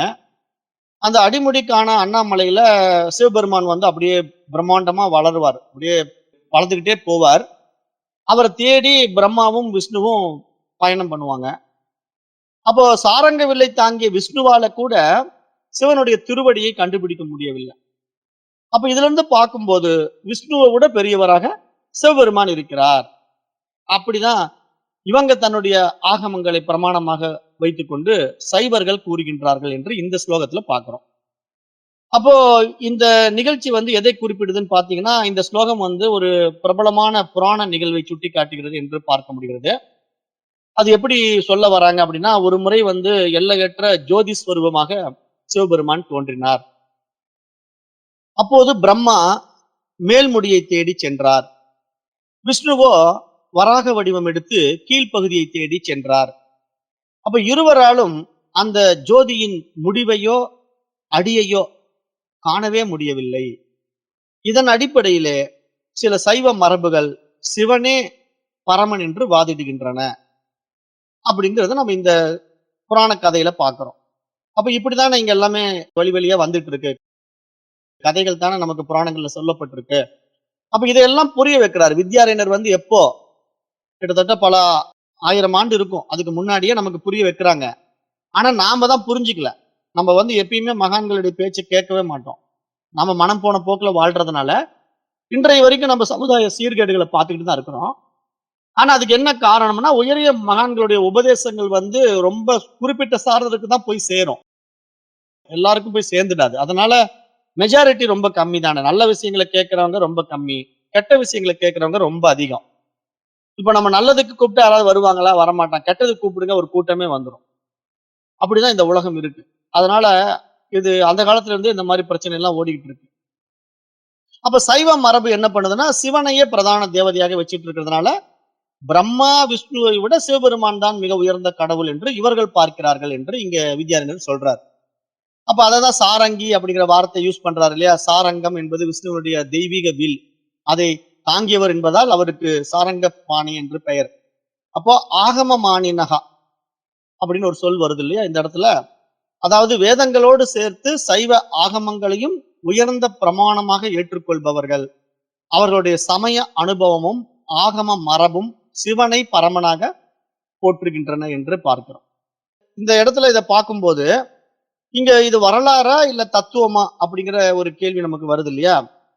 இந்த கதையின் ஒரு வரலாற்று துல்லியமா இதை பார்க்க முடியாது. இது ஒரு தத்துவ நோக்கமா தான் நம்ம இதை பார்க்கணும் அப்படிங்கறத இங்க மகான்கள் சுட்டி காட்டுறாங்க. ஏன்னா இதெல்லாம் நடந்த சம்பவங்கள் கிடையாது இல்லையா. வரலாறுன்னா நடந்த சம்பவங்கள். ஆனா புராணம் என்பது அப்படி இல்லை. அதெல்லாம் ஒரு தத்துவத்தை நமக்கு சுட்டி காட்டுவதற்காக உருவாக்கப்பட்ட கதைகள். அப்ப இங்க நம்ம அதை ஒரு உண்மை நம்ப கூடாது. அதாவது புராணங்களை எல்லாம் அப்படியே எடுத்துக்க கூடாது. அதெல்லாம் பின்னாடி ஒரு தத்துவத்தை குறிப்பிடும். இப்ப சிவசக்தி வடிவம், விநாயகர் முருகன் வடிவம், இதெல்லாம் தத்துவத்தை குறிப்பிடுவதற்காக உருவாக்கப்பட்டவைகள். ஆனா நம்ம அதை தத்துவங்களை விட்டுடுவோம், உருவத்துக்குள்ள போய் மாட்டிக்குவோம், அல்லது கதைகள்ல போய் சிக்கிக்குவோம். இதுதான் நம்ம இடத்துல இருக்கிற அஞ்ஞானம், அறியாமை. இது அந்த காலத்துல இருந்தே இருக்கு. ஏன்னா அதாவது மனிதர்களுடைய அந்த பரிணாமத்துல அந்த புத்தி சக்தி பிரகாசிக்க கூடியவர்கள் வெகு சிலரே. அது எல்லாருக்கும் எல்லாம் கிடைச்சிடாது. அதனால கொஞ்சம் மெச்சூரிட்டி இருக்கிறவங்க தான் இந்த பாடத்துக்கு வருவாங்க. மெச்சூரிட்டி கம்மியா இருக்கிறவங்களுக்கு இந்த பாடம் பிடிக்காது. ரெண்டாவது இந்த பாடத்தை கேட்டாலே அவங்களுக்கு போர் அடிக்கும். இதெல்லாம் ஒரு பாடமா என்னங்க அப்படின்ட்டு போயிடுவாங்க. ஏன்னா இதெல்லாம் அவங்களுக்கு எதுக்கு, இதெல்லாம் தெரிஞ்சு என்ன பண்ண போறேன், எனக்கு 1008 வேலை இருக்கு, அதை பார்ப்பனா இதை போய் உட்காந்துக்கிட்டு சிவபெருமான் பெருசா விஷ்ணு பெருசா இந்த கதையெல்லாம் எனக்கு அதுக்கு கடவுளே இல்லைன்னு நான் சொல்லிட்டு இருக்கேன்ட்டு போயிடுவான் ஒரே வார்த்தையில. அப்ப இது மாதிரி நிறைய பேர் இருக்காங்க இல்லையா. அப்படிதான் இந்த உலகம் மெஜாரிட்டி அப்படிதான் இருக்கும். அப்ப இதுல உண்மையா இறைவனை தேடுறவங்க தான் இதெல்லாம் ஆராய்ந்து பார்ப்பாங்க இல்லையா. அப்படிப்பட்டவங்க எத்தனை பேர்ல ஒருத்தரா இருப்பாங்க, கோடியில ஒருத்தர் தானே. அப்ப அதுலதான் மெஜாரிட்டி ரொம்ப குறைவா இருக்குது. அப்ப இங்க அந்த அடிப்படையில இந்த இடத்துல இது வரலாறா தத்துவமான்னு பாத்தீங்கன்னா இதெல்லாம் தத்துவங்கள். அதாவது அளவிட முடியாத பரம்பொருளை நம்முடைய மனம் அல்லது அறிவால், அறிவால்னா புத்தியால் முழுமையாக அறிந்து கொள்ளவே முடியாது என்பதை அந்த கதையின் ஆழமான அறிவுரையாக பார்க்கிறோம். ஆனால் சைவ மரபோ அதை சிவனின் பரத்தத்துவத்திற்கு ஆதாரமாக எடுத்துக்கொள்கிறது என்று பார்க்கிறோம். அப்ப இங்க அத்வைதத்தினுடைய பார்வையில வித்யாரண்யர் இங்கு யாருடைய கருத்தையும் மறுக்கவில்லை என்றும் பார்க்கிறோம். இங்க வித்யாரண்யர் என்ன பண்றாருன்னா, வைணவர்களுடைய கருத்தையும் சைவர்களின் கருத்தையும் அப்படியே பதிவு செய்கிறார் அப்படின்னு தான் நம்ம இந்த இடத்துல பார்க்கணும். வித்யாரண்யர் வந்து இங்க சைவர்கள் தான் உயர்ந்தவங்க அல்லது வைணவர்கள் தான் உயர்ந்தவங்க அல்லது இவங்க எல்லாம் சரியில்லை, என்னுடைய வேதாந்தம் தான் சிறப்பு அப்படின்லாம் இங்க அவர் எதுவுமே பேசல. அவர் அப்படியே அமைதியா ஒவ்வொரு டாபிக் சொல்லிட்டு வர்றார். அப்ப ஏன் அப்படி பண்றாருன்னா, வித்யாரண்யர் நமக்கு என்ன சொல்ல வர்றார் அப்படின்னு பாத்தீங்கன்னா, ஒவ்வொரு சமயமும் தன் இஷ்ட தேவதையை பரமனாக நிறுவுகிறது. ஆனால் வேதாந்தம் ஒரே ஒரு கேள்விதான் கேட்கும். என்ன மாதிரி கேள்வி வேதாந்தம் கேட்கும் அப்படின்னா, நீங்க உங்களுடைய இஷ்ட தெய்வத்தை பரமனாக நிறுவுகின்றீர்கள் என்றால் அந்த எல்லா தெய்வ வடிவங்களுக்கும் ஆதாரமான சத்தியம் எது என்று இங்க வேதாந்தம் கேட்கும். அதுக்கு யார் விடை சொல்றாங்களோ அவங்க ஆட்டோமேட்டிக்கா புரிஞ்சுக்குவாங்கல்ல. அப்ப இது எல்லாம் அந்த ஒரு விஷயத்துல இருந்தா வந்திருக்க முடியும் அப்படிங்கிறது அவங்களுக்கு பின்னாடிதான் புரியும். ஆனா ஆரம்பத்திலேயே அவங்களுக்கு புரிய வைக்க முடியாது இல்லையா? அதுதான் நம்ம பின்னாடி பார்க்க போறோம். அதை வந்து பல ஓமானங்கள் மூலமாவும் நமக்கு மகான்கள் புரிய வைக்கிறாங்க. இப்ப வந்து ஒரு பெரிய மலை இருக்குன்னு வச்சுக்கீங்களேன். இப்ப இமயமலை எடுத்துக்கலாம். இமயமலையில வந்து இப்ப ஒரு கைலாஷ் பர்வதம்னு இருக்கு வச்சுங்க. கைலாஷ் பர்வதம்னா அந்த கைலாஷ் பர்வதத்தை எப்படி பாக்குறாங்க சைவர்கள்? சிவபெருமான அங்க உட்கார்ந்து இருக்கிற மாதிரி பாக்குறாங்க. ஏன்னா சிவபெருமான் தானே கைலாசத்துல இருக்காரு. அப்ப அங்க கைலாஷ் பர்வதம்னா மலை. அந்த கைலாஷ்ல அந்த மலைய ஒருத்தர் வந்து வடக்கு பக்கத்துல இருந்து பார்ப்பாங்க. அதாவது வடக்கு பக்கத்துல சில தேசத்தவர்கள் இருப்பாங்க இல்லையா? அவங்க வந்து வடக்கு பக்கத்துல இருந்து பார்த்துட்டு இதுதான் அந்த மலையினுடைய அமைப்பு, இதுதான் உண்மை அப்படின்னு நம்புவாங்க. ஏன்னா அவங்க தெற்கு பக்கத்துல வர முடியாது அவங்களால. அது பிரம்மாண்டமான மலை. அதை கடந்து இந்த பக்கம் வர முடியாது. இப்ப நமக்கு நவீன விஞ்ஞானம் வளர்ந்துடுச்சு, நம்ம பிளைட்ல வந்துட்டோம். ஆனா அன்னைக்கெல்லாம் அப்படி வர முடியாது. ஒரு டைரக்ஷன்ல இருந்து ஒரு இடத்த பார்த்தாங்கன்னா அதுதான் முடிந்த முடிவுங்கிற மாதிரி ஒரு முடிவு பண்ணிடுவாங்க இல்லையா? அதுதான மைண்ட் செட். அப்ப அது மாதிரி வடப்பக்கத்துல இருந்து ஒருத்தர் பார்த்தாருன்னா அதுதான் உண்மைன்னு நம்புவார். அது மாதிரி அந்த மலையினுடைய தென் பக்கத்துல ஒரு குரூப் இருக்கும் இல்லையா? இந்த பக்கத்துல சில நாட்டு மக்கள் வாழ்வாங்க. அவங்க வந்து இந்த பக்கத்துல இருந்து அந்த மலையை பார்ப்பாங்க. அவங்க இதுதான் உண்மை அப்படின்ட்டு இந்த பக்கம் இருக்கிற அந்த மலையை நம்புவாங்க. அப்ப இங்க என்ன உண்மைன்னா, அவரவர்கள் தங்கள் பார்வையில் பார்க்கின்ற உருவத்தை உண்மை என்று நம்புகிறார்கள் இல்லையா? ஆனா அந்த மலை வந்து அந்த 2 பேருடைய பார்வைகளுக்கும் அப்பாற்பட்டதா தான் இருக்குது. ஏன் அப்படி பார்க்கணும்? இப்ப மலையினுடைய தன்மை என்பது வடப்பக்கத்துல இருந்து பார்க்கின்றவர்களுடைய பார்வை எப்படி இருக்கோ அப்படியே அந்த மலை இருக்கானா இல்லையே. அல்லது தென் பக்கத்துல இருந்து பார்க்கிறவர்களுடைய பார்வையில் அந்த மலை எப்படி இருக்கோ அப்படியா இருக்கானா இல்லையே. அந்த மலையினுடைய அமைப்பே வந்து ஒட்டுமொத்த அமைப்பே வேற மாதிரி இருக்கு. ஆனா இவங்க ஒரு டைரக்ஷனை மட்டும் பார்த்துட்டு இதான் அப்படிங்கிற முடிவு எடுக்கிற மாதிரி இங்க இறைவனையும் இப்படிதான் முடிவு பண்றாங்க இல்லையா? அதைதான் இங்க சொல்ல வராரு. வித்யாரண்யர் என்ன சொல்ல வர்றாருன்னா, அது மாதிரி இங்க பரம்பொருள் என்ற ஒரு விஷயத்த இவர்கள் சிவன், விஷ்ணு என்று 2 வேறுபட்ட பெயர்கள் மூலம் அந்த வேறுபாடுகளை பார்க்கிறார்கள். அப்படிதான் அவர்கள் மனோபாவம் இருக்கிறது. ஆனால் இதற்கெல்லாம் அப்பாற்பட்டவன் பரமாத்மா என்று அத்வைத வேதாந்தம் புரிய வைக்க போகுது. அது போக போக தான் நமக்கு புரியும். அப்ப இந்த ஸ்லோகம் வந்து ஒரு அழகான ஆன்மீக பாடத்தை நமக்கு தருகிறது என்று இந்த இடத்துலயும் பார்க்கிறோம். இங்க என்ன அப்படின்னா, இப்ப ஒவ்வொருவரும் அவரவர்களுக்கான இஷ்ட தெய்வத்தின் மீது ஆழ்ந்த பக்தி வைத்திருக்கலாம். அது நல்லதுதான். ஆனா அந்த பக்தி வந்து பிற தெய்வங்களை இகழும் மனப்பான்மையாக மாறிவிடக்கூடாது. இப்ப சிவன் தான் என்னுடைய பிரதான தேவதை என்று சைவர்கள் கருதினார்கள் என்றால் அவர்கள் சிவனை வழிபடட்டும். ஆனா வைணவத்துல இருக்கிற விஷ்ணுவை வந்து அவதூறு பண்ணக்கூடாது இல்லையா?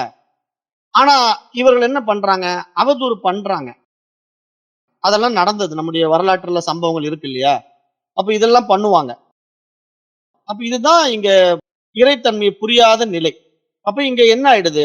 இன்னொரு தெய்வத்தை இகழுகின்ற மனப்பான்மைக்கு அவர்கள் போகிறார்கள்.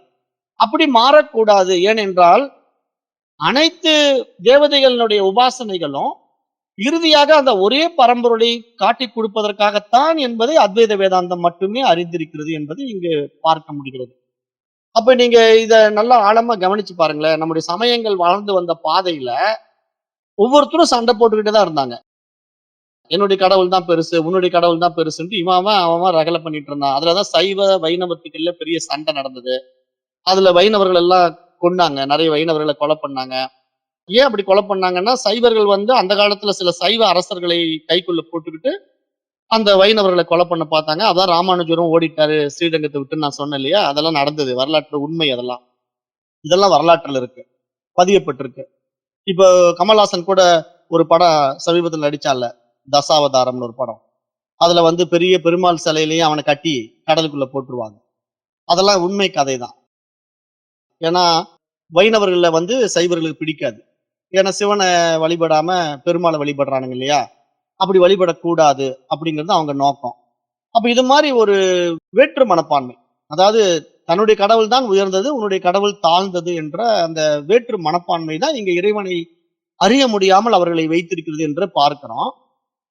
அப்ப இந்த ஸ்லோகத்துல இப்போ என்ன சொல்ல வந்தாரு வித்யாரண்யரு? போன ஸ்லோகத்துல வைணவ சமயத்த பேசினாரு.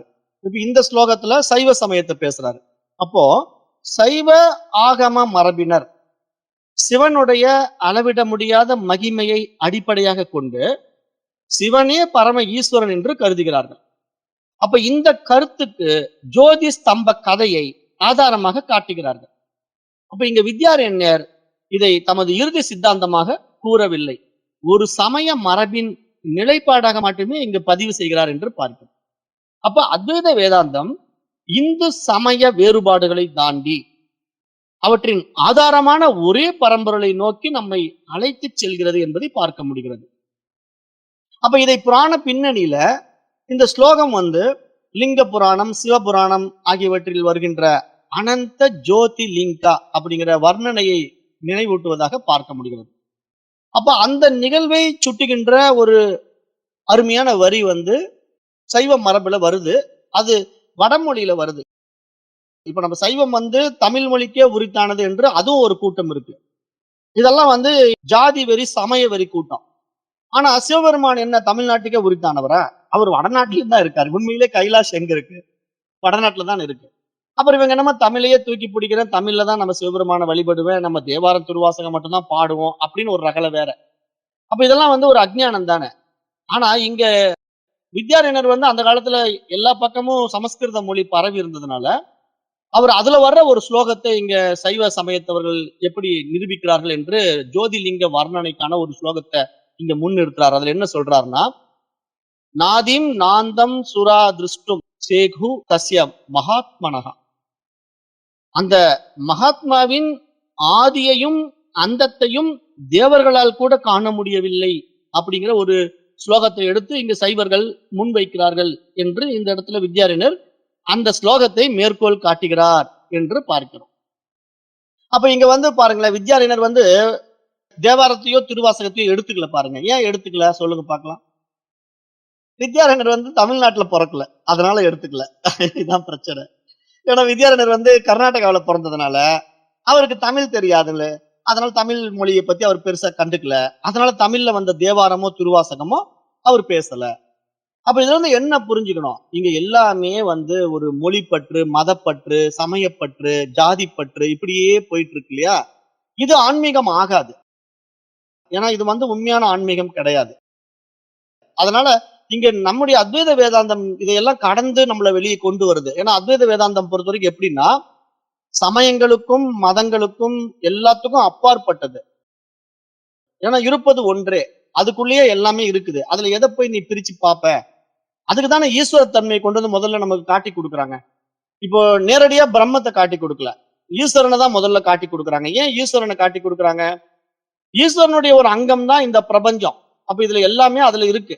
அப்ப நீங்க, நானு, புழு, பூச்சி, சூரியன் வரைக்கும் எல்லாம் ஈஸ்வரன்ல இருக்கக்கூடிய அங்கங்கள், அவருடைய உடம்புக்குள்ள இருக்கிற பகுதிகள் தானே. அங்கம்னா ஒவ்வொரு பகுதி. அப்ப ஈஸ்வரனிடத்திலேயே இத்தனை பகுதிகள் இருக்கு, இத்தனை பிரிவுகள் இருக்கு, இத்தனை உறுப்புகள் இருக்கு. அதுல எல்லாம் நீங்க, நான் எல்லாம் அதுல தான் இருக்கிறோம் அப்படிங்கிற அடிப்படைய இங்க சுட்டி காட்டுறாங்க.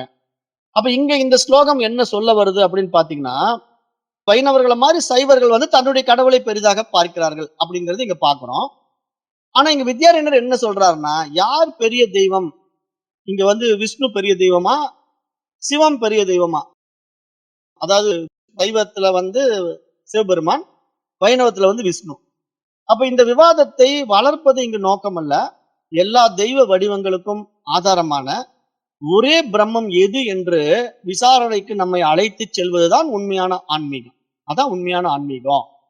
அதைத்தான் இந்த சித்திர தீபத்தின் இந்த பகுதியில நாம ஒரு அழகான தத்துவ வடிவத்துல பார்த்துட்டு இருக்கோங்கிறத இங்க புரிஞ்சுக்கணுங்கிறதுக்காக இங்க சொல்றாரு. அப்ப இங்க வந்து நல்லா புரிஞ்சுக்கணும். பாகவதர்கள் வந்து விஷ்ணுவே பரம ஈஸ்வரன் என்று சொன்னார்கள். சைவர்கள் வந்து சிவனே பரம ஈஸ்வரன் என்று சொல்றார்கள். இப்ப மீண்டும் அடுத்த ஸ்லோகத்துல வித்யாரண்யர் என்ன சொல்றாருன்னு பாருங்களேன்.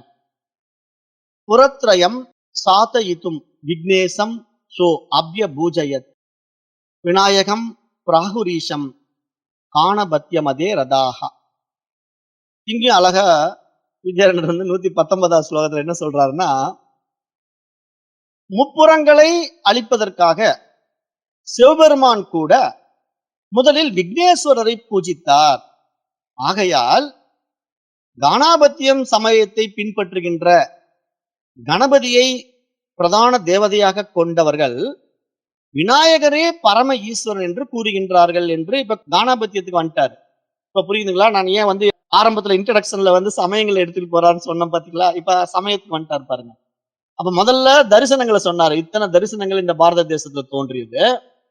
அதுல வந்து நம்ம பார்த்த மாதிரி சாங்கியம், வைசேசிகம், பூர்வ மீமாம்சம், உத்தர மீமாம்சம் அப்படின்னு பல நியாயம் அப்படின்னு பார்த்தோம். இப்ப இங்க வந்து சமயங்கள்ல இப்ப வைணவம், சைவம், இப்ப கானாபத்தியம் வந்துட்டார். இங்க என்ன சொல்றாருன்னா, சிவபெருமானுடைய காலை கூட பார்க்க முடியல அந்த விஷ்ணுவால. அதனால விஷ்ணு ஒரு சாதாரண தேவதை, அவரை விட சிவன் தான் பெரிய தேவதை அப்படின்னு சைவர்கள் சொன்னாங்க. இப்ப சைவர்கள் வந்து சிவனை பெருமையா போற்றுனாலும் கானாபத்தியத்துல இருக்கிறவங்க என்ன சொல்றாங்க தெரியுமா? சிவபெருமானே எங்க விநாயகரை வணங்கிட்டு தான்யா அந்த முப்புறங்களை அழிப்பதற்காக புறப்பட்டாரு. அப்ப அவர் வந்து நேரடியா போய் முப்புறங்களை அழிக்க முடியல. அப்ப எங்க தேவதையாகிய விக்னேஸ்வரனை வழிபட்டுத்தான் அவர் வந்து அந்த திரிபுரை சம்ஹாரத்தை செய்ய முடிஞ்சது. அதாவது திரிபுரங்கள் அப்படின்னா 3 அசுரர்களுடைய நகரங்களை சிவபெருமான் அழிப்பதற்காக புறப்பட்டார் அப்படின்னு ஒரு கதை இருக்கு. அது வந்து புராணத்துல வரும். அந்த கதை என்னன்னா, திரிபுர சம்ஹாரம் அப்படின்னு ஒரு புராண நிகழ்வு இருக்கு. அதுல வந்து 3 உலகங்கள், அதாவது 3 அரக்கர்கள் இருக்காங்க. அவங்க வந்து திரிபுரங்கள் 3 உலகங்களை வச்சிருப்பாங்க. அது வந்து தங்கம், வெள்ளி, இரும்பு அப்படின்னு 3 கோட்டை. அதுல வந்து என்னன்னா, அரக்கர்களை அழிப்பதற்காக சிவபெருமான் புறப்படும் போது நேரா கணபதியை போய் வழிபட்டார். ஏன் விநாயகரை வழிபட்டார்னா, எனக்கு எந்த இடையூறும் வந்துவிடக் கூடாது அப்படின்ட்டு விக்னேஸ்வரரை பூஜித்த பிறகே திரிபுர சம்ஹாரம் நிறைவேறியது என்று கானாபத்தியர்கள் கூறுகிறார்கள் என்று இங்க பார்க்க முடிகிறது. அப்ப சிவனுக்கு கூட விநாயகர் அவசியமாகிறார். ஆகவே விநாயகரே பரம ஈஸ்வரன் என்று இங்க கானாபத்தியத்தை சேர்ந்தவர்கள் கூறுகிறார்கள். அப்ப அதை விக்னேசா என்ற பெயரில் பொருள் சொல்கிறார்கள். ஏன் அப்படி விக்னேசான்னு சொல்றாருன்னா, விக்னம் என்றால் இடையூறு, ஈசா என்றால் அதிபதி. அப்ப அந்த இடையூறுகளை நீக்குகின்ற அதிபதியாக விக்னேஸ்வரன் இருக்கிறார் என்று விநாயகரை பார்க்கிறோம் என்று இங்க சொல்றாங்க. அப்ப இங்க என்ன புரிஞ்சுக்கணும்? விநாயகர் தான் எல்லாருக்கும் தலைமை வகிப்பவர். தன்னை விட உயர்ந்த தலைவர் இல்லாதவர். எல்லா கணங்களுக்கும் அதிபதியாக இருக்கிறார். அப்ப இங்க கானாபத்திய சமயம் என்ன சொல்லுதுன்னா, விநாயகரை போற்றுகிறது என்று பார்க்கிறோம். அப்ப நாம வந்து இங்க பாருங்களேன், 6 சமயங்கள் நம்முடைய பாரத தேசத்துல தோன்றியது. அதுல இப்போ கானாபத்தியத்தை பத்தி இப்ப வித்யாரண்யர் இந்த இடத்துல பேசுறார். அப்ப இதுல நீங்க என்ன புரிஞ்சுக்கணும்? நாமளே பாக்குறோம்ல, இப்ப நம்ம சமய வழிபாடுகள் எல்லாம் பண்ணும்போது, கோயில்கள் எல்லாம் பூஜை பண்ணும்போது முதல்ல விநாயகருக்கு கற்பூரம் காட்டிட்டு அப்ப சிவபெருமானுக்கு காட்டுவாங்க. அப்புறம் அதே மாதிரி எல்லா பூஜைகளுக்கும் முதல்ல விநாயகரை பிள்ளையார பிடிச்சு வச்சுட்டு தான் பூஜையை தொடங்குவாங்க. இப்போ ஒரு யாக வேள்வி, ஒரு யக்னம், ஒரு பூஜை எதை செய்யறதா இருந்தாலும் முதல்ல விநாயகர் வழிபாடு பண்ணிட்டு தான்ப்பா பண்ணணும் அப்படின்னு ஒரு முறையை கொண்டு வந்திருக்காங்க. அப்ப இதெல்லாம் எப்படின்னா, இப்படிதான் ஒவ்வொருத்தரும் அந்தந்த தேவதையை உயர்வதாக போற்றி அதுக்கான முறைகளை கொண்டு வந்து புகுத்தி மக்களிடத்துல இப்படி பரப்பி வச்சிருக்காங்க. அப்ப இதெல்லாம் பார்த்து அவங்க தேவதையை பெருசா பிடிச்சுக்கிறாங்க. அதைத்தான் இங்க நம்ம பார்க்க முடியுது. அப்ப இந்த கானாபத்தியம் என்ற சமயம் வந்து இந்தியாவில ஒரு காலத்துல சன் மதங்கள் தோன்றியதுல 6 முக்கிய உபாசனை மரபுகள்ல ஒன்றாக பார்க்க முடியுது. அப்ப இங்க வித்யாரண்யருடைய பார்வை இந்த இடத்துல என்ன அப்படின்னா, கானாபத்தியர்களின் கருத்தை மட்டும் இங்க பதிவு செய்கிறார் என்றுதான் நம்ம பார்க்கிறோம். இங்க வந்து வித்யாரண்யர் வந்து கானாபத்தியம் தான் உயர்ந்தது என்று ஏற்கவும் இல்லை. அல்லது சரியில்லை என்று மறுக்கவும் இல்லை. ஏனென்றால் வித்யாரண்யர் இந்த பஞ்சதசி நூல்ல இந்த இடத்துல அவருடைய நோக்கம் என்னன்னா, ஒவ்வொரு சமயமும் தன் இஷ்ட தெய்வத்தை பரமன் என்று நிறுவுகிறது என்பதை காட்டுவது மட்டும்தான்.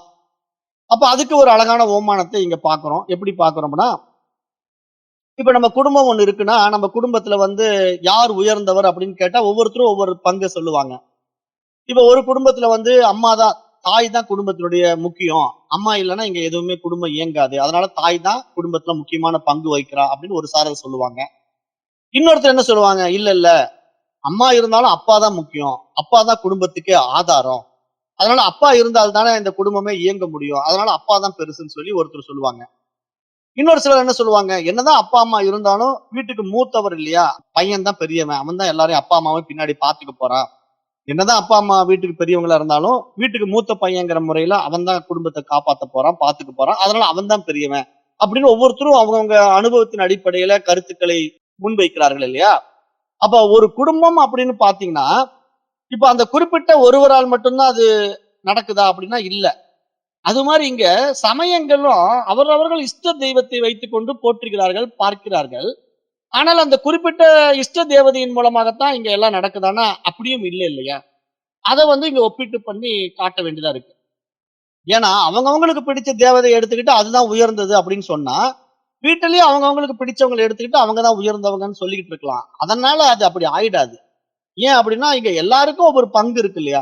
அது மாரி இப்ப இவங்க இருந்தா மட்டும் தான் இந்த குடும்பம் நடக்கும் அப்படின்னு சொல்ல முடியாது இல்லையா? அவங்க இல்லன்னா என்ன குடும்பம் விழுந்துருமா?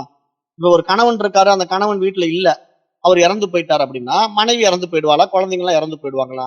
கிடையாது. அவங்க வாழ்க்கைய மீண்டும் அவங்க வாழ்வாங்க. அதே மாரி ஒரு குடும்பத்துல மனைவி இருக்கிறா, அவ இறந்து போயிட்டா. அப்ப கணவன் ஐயய்யோ! மனைவி இறந்துட்டாளேன்னு அப்படியே குடும்பத்தையே விட்டுட்டு ஓடிடுவாரா? அவரும் அதுக்கு பின்னாடி எப்படி பண்ணணுமோ, அந்த குடும்பத்து குழந்தைங்கள வளர்த்தணுமோ அப்படி வளர்த்துவார். அப்ப எல்லாருக்கும் ஒவ்வொருத்துக்கும் கொடுக்கப்பட்ட பங்கு, அது சரியா நடக்கும். இங்க யாரும் உயர்ந்தவங்க, தாழ்ந்தவங்கங்கிறது இல்ல. அந்த நிகழ்வுல எல்லாம் அழகா அவங்கவங்க வேலைய அவங்கவங்க செய்றாங்க.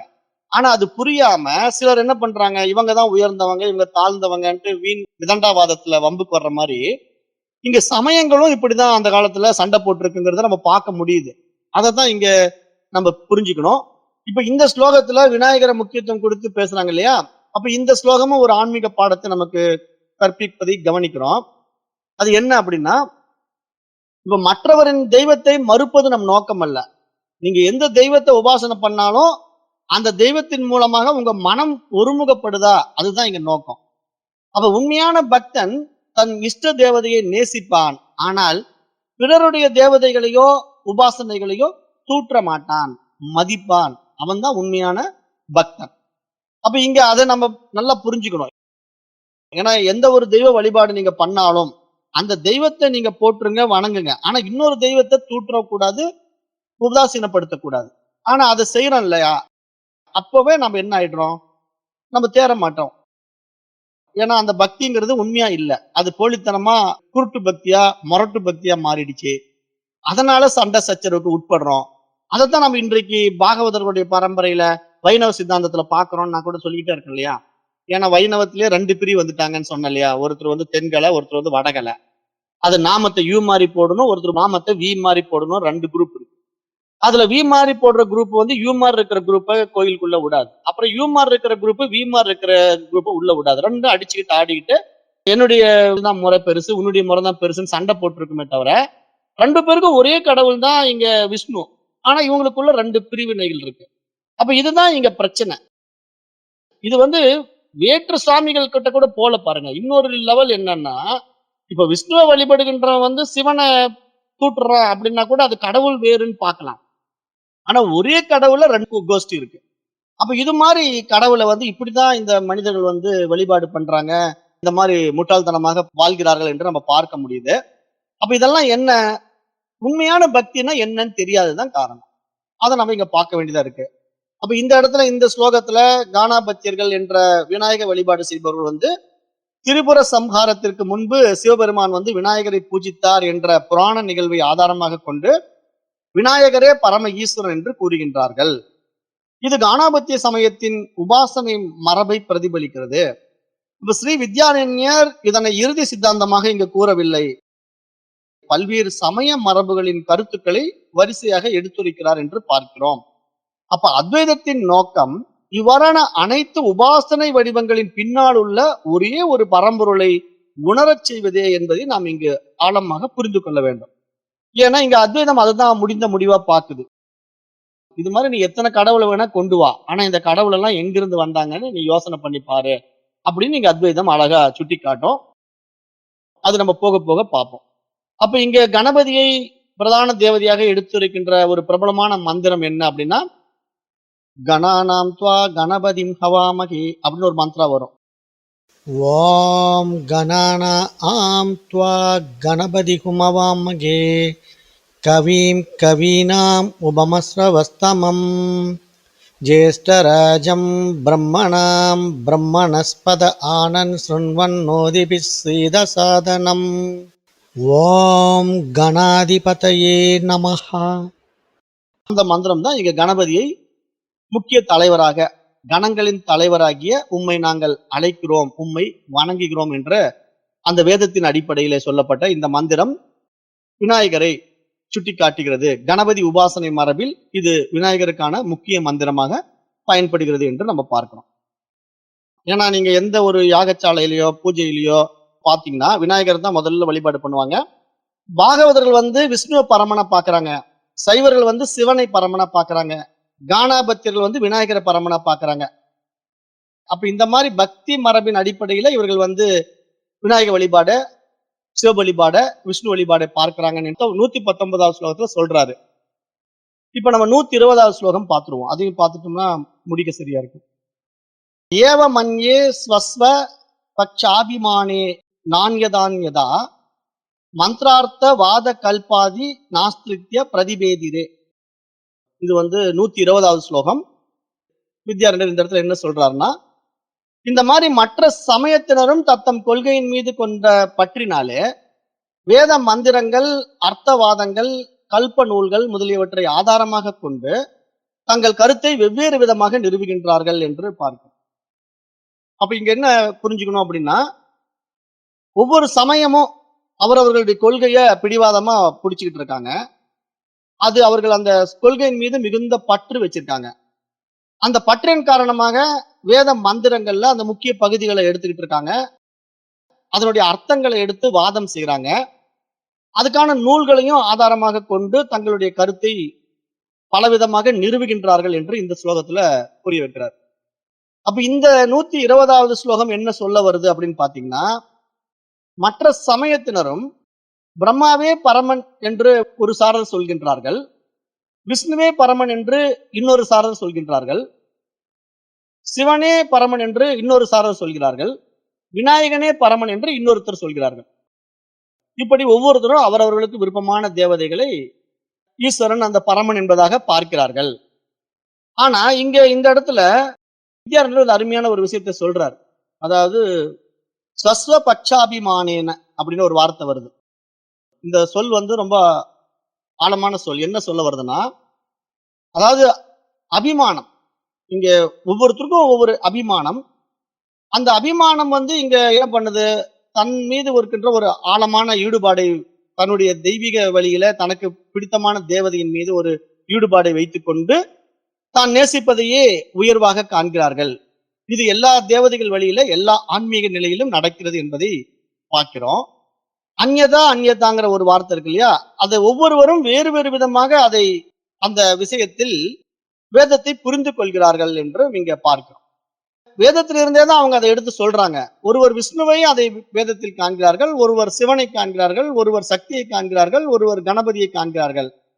ஆனால் வேறுபாடு வேதத்தில் இல்லை, அதன் விளக்கத்தில் தான் இருக்கிறது என்பது இங்க புரிய வைக்கிறார் வித்யாரண்யர்.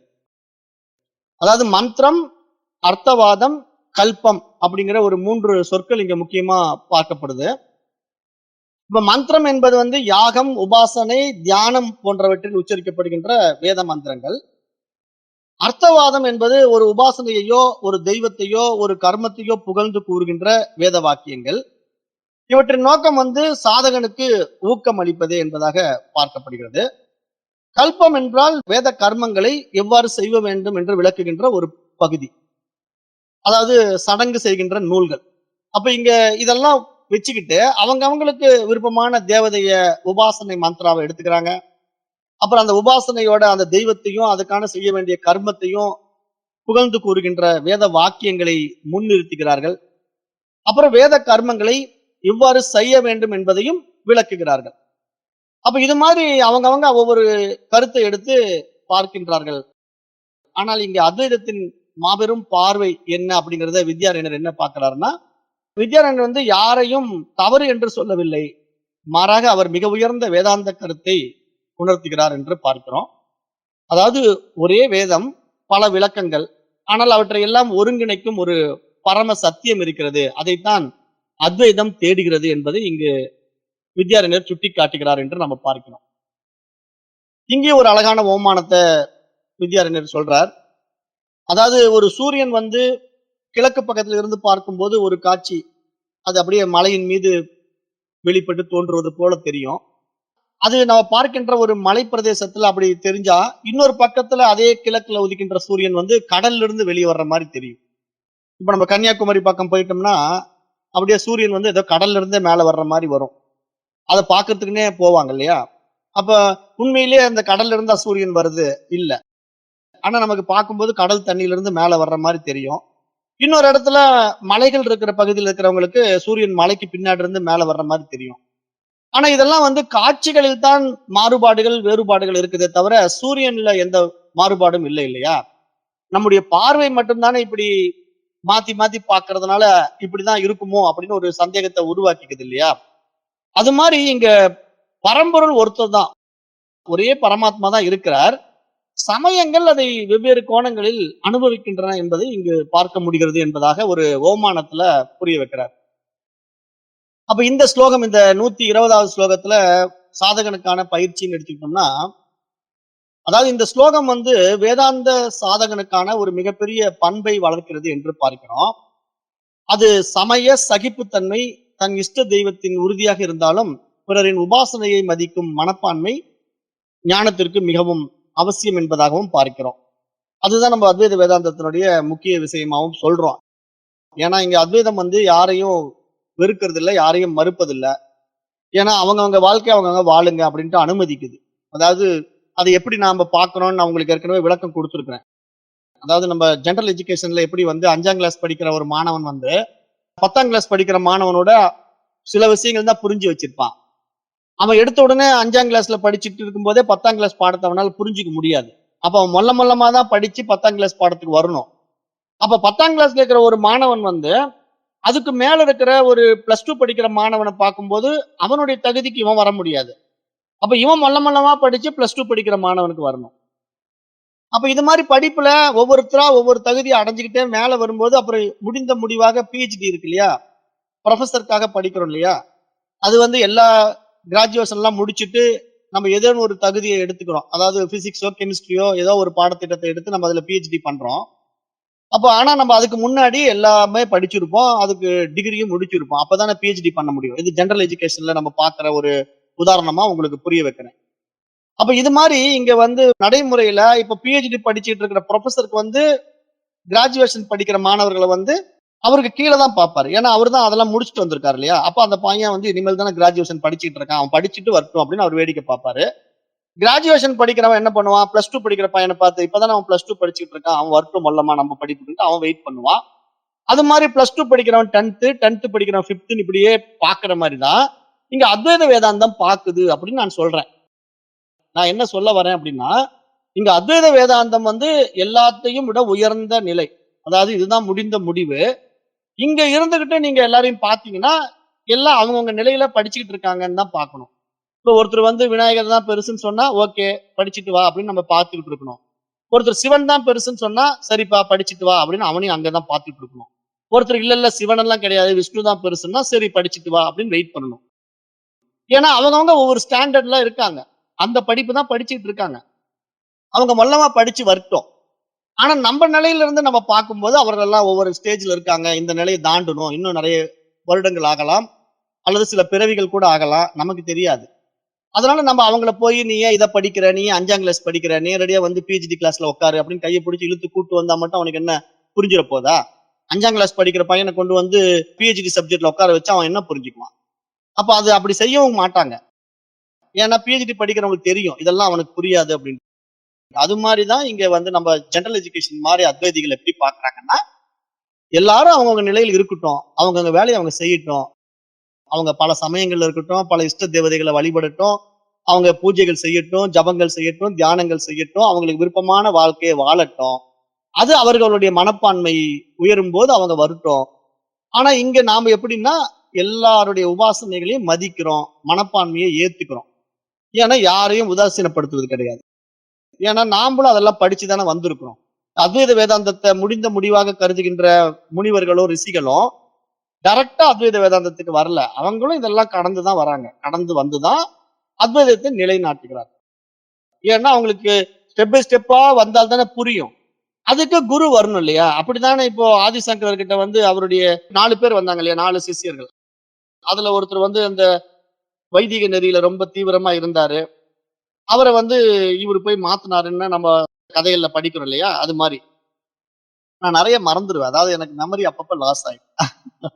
அதனால அதுக்கு தான் நோட்ஸ் வச்சுக்கிறது. பெரும்பாலும் இந்த மாரி சிந்தனைகளுக்குள்ள போகிறது இல்ல. அதனால அப்படி ஆயிடும். 4 சிஷ்யர்கள்ல எப்படி அவர் வந்து அந்த வைதீக நெறியில் இருக்கிற கொண்டு வந்து அத்வைத நிலைக்கு கொண்டு வந்தாரோ, அது மாரி தான் இங்க வந்து ஸ்டெப் பை ஸ்டெப்பா தான் தூக்கிட்டு வர முடியுமே தவிர, எடுத்த உடனே ஒருத்தருக்கு எல்லாம் சொன்னா புரிஞ்சுக்குவாங்களான்னா, அப்படி புரிஞ்சுக்க முடியாதுங்கிறத நம்ம இங்க பார்க்கிறோம். அப்ப அத்வைத வேதாந்தம் இந்த எல்லா விளக்கங்களையும் தாண்டி, அவற்றின் ஆதாரமான ஒரே பிரம்மத்தை நிறுவுகிறது என்று இங்க பார்க்க முடிகிறது. அப்ப இங்க வேதாந்த பின்னணி என்னன்னா, இந்த ஸ்லோகம் குறிப்பிட்ட 3 வேத பகுதிகளின் பங்கை சுருக்கமாக புரிந்து கொள்வதாக இங்க பார்க்க முடிகிறது. அதாவது மந்திரம், அர்த்தவாதம், கல்பம்.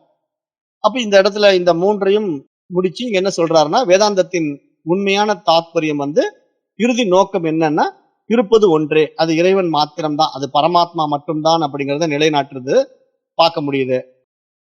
அத நம்ம அடுத்த ஸ்லோகத்துல பார்ப்போம். அதாவது ஸ்லோகம் 121ல இன்னும் கொஞ்சம் விரிவா அந்த அந்தர்யாமி ஆகிய ஈஸ்வரனை வந்து எப்படியெல்லாம் மற்றவர்கள் பார்க்கிறார்கள் இன்னும் சொல்லிட்டு போவாரு.